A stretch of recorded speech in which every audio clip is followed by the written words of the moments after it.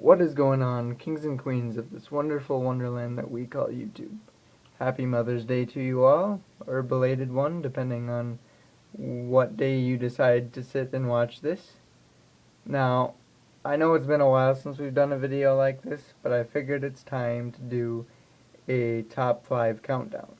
But not just any countdown. In fact, a pretty special one, considering today's countdown is my top 5 games of 2015. Now is the point where you look at your calendar and say to yourself that I'm pretty late to the party. I'm aware. But, there's a silver line to everything that we do, right? And the way I looked at it is instead of doing what every other YouTuber on the face of the planet did at the stroke of midnight, on January 1st, I decided to hold off a little bit, which really was a good thing for me because I've been able to really look at 2015 in peace and really make a list that I was happy with, that I was able to put some thought into, and just be really concrete in. Especially as much as my Game of the Year and the runner-up have switched places, but I've gotten that all figured out and we're ready to go. So without further ado, why don't we just rip off the Band-Aid here with number 5. Now I'm hesitant to say this because I know this is a game that not a lot of people, if anybody besides me, liked. I know it's probably not going to be on anybody's Game of the Year list except mine, but that's okay. Because even though it got a lot of hype when it came out and then took a dive when it finally released, it still had a lot of strong points that resonated with me. So that's why my number 5 pick for my top 5 games of 2015 is The Order 1886. Sure, it wasn't graphically what they promised us when it came out as far as the video quality and all that. Sure, it was really short, but for me, when it comes to my games, I'm all about an in-depth story, a very creative story. That's what we got. That's what I saw. That's what drew me to it. It was a very immersive story. It was a cool story. I mean, how often do you get stories about Arthur's Knights of the Round Table basically living up to, the Victorian age of London and hunting lichens? Like, how often does that happen? So sure, it was short. Sure, it just wasn't as good.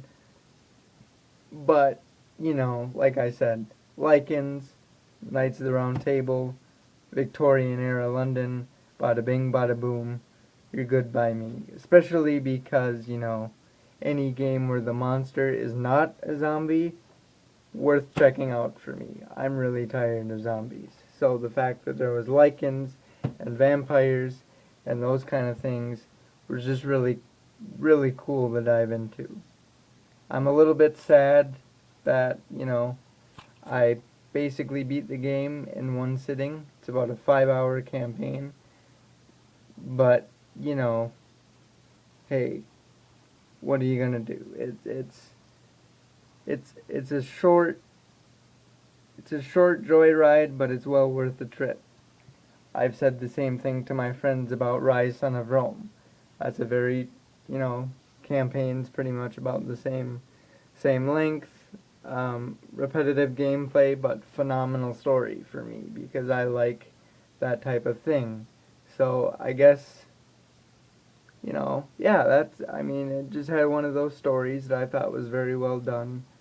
And, yeah, that's why it's number 5 on my countdown.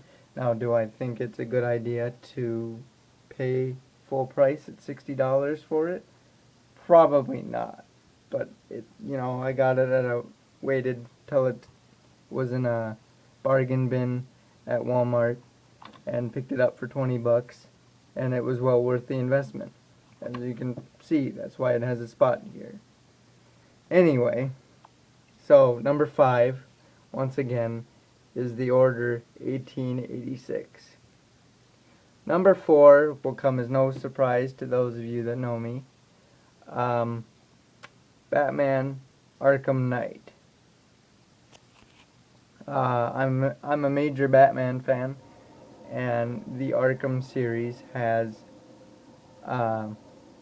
been probably one of the most legit tellings of the Batman universe in video games that I've ever seen. So it really kind of allows you to be immersed in a story that involves my favorite superhero. So yeah, I'm a major fan of the Arkham series. And I think it was, a very good way to end the series. Arkham Knight is the 4th one and the finale of the Arkham series. And as bittersweet as the end was, I think it was well worth it. And Arkham Knight kind of gave something that the other games didn't, and that was a sense of horror. It was kind of scary. Like, there was sections of it where I just didn't want to continue forward. I didn't want to progress. And that was due to the main villain instead of the Joker this time. The main villain is Scarecrow, who, the name says it all. And it is legitly, like, there was a couple jump scares that really got me. And it's just, you combine being, scared, having the bejesus scared out of you by Scarecrow, and then have this epic showdown with Batman, and you've got my number 4 pick. There's nothing else to say. There are cons to it. Basically the only con that I found, which was really disappointing because I wanted it to be good, was the Batmobile driving. There are sections in the game, like Riddler sections I think they are, where you have to drive the Batmobile around a track within a time limit. And the Batmobile is very clunky, and it just doesn't control as well and as fluent as you would hope the Batmobile would. But as a Batman fan playing that game, that I think would honestly be my only con with it. Other than that, phenomenal game. Number 4, Batman Arkham Knight. Number 3 is Mad Max. Now, I'll be honest with you and say that I'm not too keen on buying games that revolve around movies. I've said it 1,000 times. I'll say it here. Is that if it's got anything to do with a movie, I'll stay away from it. Because they just don't interest me. I mean, I remember I got Chronicles of Narnia, Prince Caspian, the game when it came out, for Christmas one year. Didn't ask for it, I actually asked for the movie and got the game. And it just was not a good experience. I'm sure a lot of you out there that are into video games or movies can say that when they make a game off of a movie or make a movie out of a game, they're just not good. But, much to my surprise, Mad Max was phenomenal. Reason being is that it takes place in the Mad Max universe, the high octane, um, road ragey universe that we all know and love, and it has nothing to do with Mad Max Fury Road at all. And it's just kind of this. It does it in a way where it's kind of you kind of feel like you need to survive, because there's thing like you gotta watch your gas gauge, stuff like that. So if you're out bahaing around looking for supplies, you definitely have to be aware of your surroundings and your vehicles. And it's just like you feel like you're there. You feel like you're in this desert, trying to survive, um, having road rage combat. There's lots of explosions. There's lots of Mad Max-esque things going on around you, and it was just a great, great game. That's why it's number 3. Number 2 is, as I said, this was kind of a tough choice for me to make. The Witcher 3. Now, I'm not going to say too much about The Witcher 3 because I've already done an in-depth review of it. So if, it being number 2 on this list, if you haven't checked it out and are interested in it, I don't know why I'm waving my hand, but if you want to check it out, and you're wondering if it's worth picking up, there's a full review on my channel. Feel free to go check that out after this. But I will say that, before The Witcher 3 came around, I think the real genuine fantasy experience was given to us by basically anything Bethesda threw out, primarily the Elder Scrolls. But now we have a game where it's not only visually beautiful, but it's just a very immersive fantasy experience. And I can honestly say that I think it's what I wanted The Witcher to develop into, and I think it's what The Witcher wanted The Witcher to develop into. Because the original one had a great story. The very first one had a great story, but the controls were shite. And then the second one came out, had a great story, controls were a little bit better. But now, with the third installment, The Wild Hunt, we are all caught up. Great story, smooth controls, we are there. And I don't know, like I said, it's beautiful, it's just a fully immersive fantasy experience. It's one of those games where, especially if you run across a monster that you haven't ever seen before in one of the monster hunting contracts, it's a game that constantly has this big fight feel because you never know what's going to be around that corner. It could be a werewolf, could be a griffin, could be some kind of like kraken thing. You just don't know, and that's what makes it great. Is basically anything's possible. It's constantly got this big fight feel about it at any time.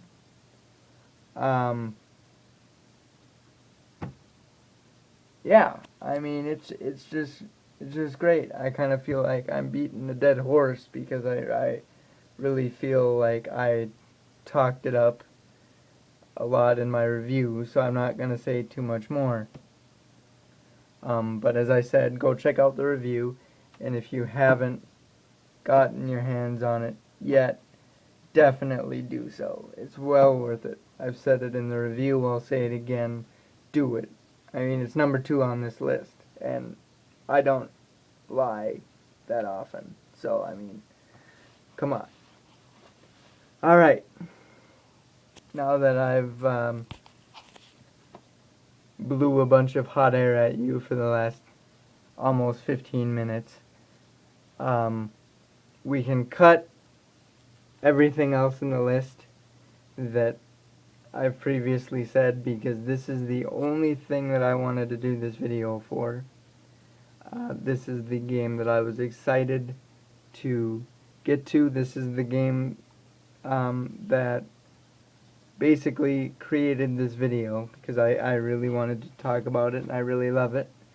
I am not going to say that much about it, however, or I'm going to try not to, because I actually have plans to, in a week or two, maybe whenever I get to it fairly soon, do a in-depth review of it. That's how much I love this game. Anyway, drum roll please. Da da da da. Woo! My number one pick for my game of the year, let's be official, my game of the year of 2015 is Until Dawn.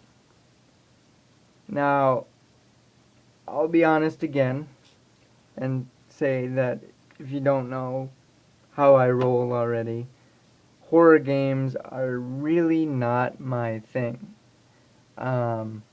You know, I get startled easy, and I don't like games that make me sweat and afraid to go to bed at night. So I just kind of, you know, horror is the genre that getting me to play is like pulling teeth.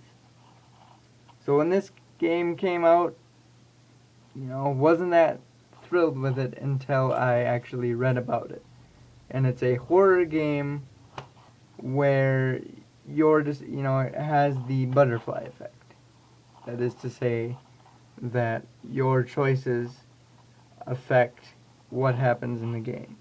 I love games like that. So for a horror game to have that type of gameplay had my interest from the get-go. I said, okay, I can't believe I'm going to say this, but I have to get it. And I did. And I played it, and I loved it. It honestly, you know, I've said it before, I'll say it again. I love games where the story captures you, where you are not playing a game, but you are in the game. And that's what it is from start to finish. I don't think I stopped sweating until I put the controller down for the final time. It's just intense, it's scary, it's thrilling. I think it's everything that you would want in an honest horror game.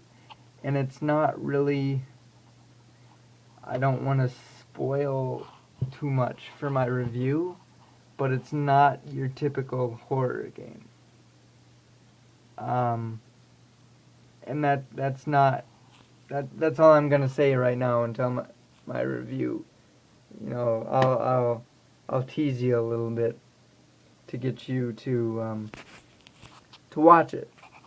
So hopefully after you get done here, you'll definitely want to check out my review just so you can understand what I mean. But it's not your typical a monster's after me horror game, and that's also something that drew me to it originally, was that it's not, you know, zombie orientated or something stupid like that. It's legitly terrifying. Like it really kind of hits home in a way. Like you genuinely fear for yourself in this game from start to finish. And with that said, I think I'm definitely gonna keep my mouth shut now, because I feel like I'm accidentally going to just spill into the review, and I don't want to do that. But if you have any interest at all in any of the games that I've listed, definitely check them out. Check out other reviews, of course, but definitely check out the games if you haven't already. Specifically, Until Dawn being my number one, my game of the year for 2015. Definitely check that out. And definitely, if you're interested, check out my review of it. That'll be up in, I don't know, a week or two or something like that, whenever I get to it. But it's definitely high up on my list, so check that out. And I think that'll about do it. So until then, card soldiers, as always, I salute you. Happy Mother's Day again from my household to yours. And remember, we're all a little mad here.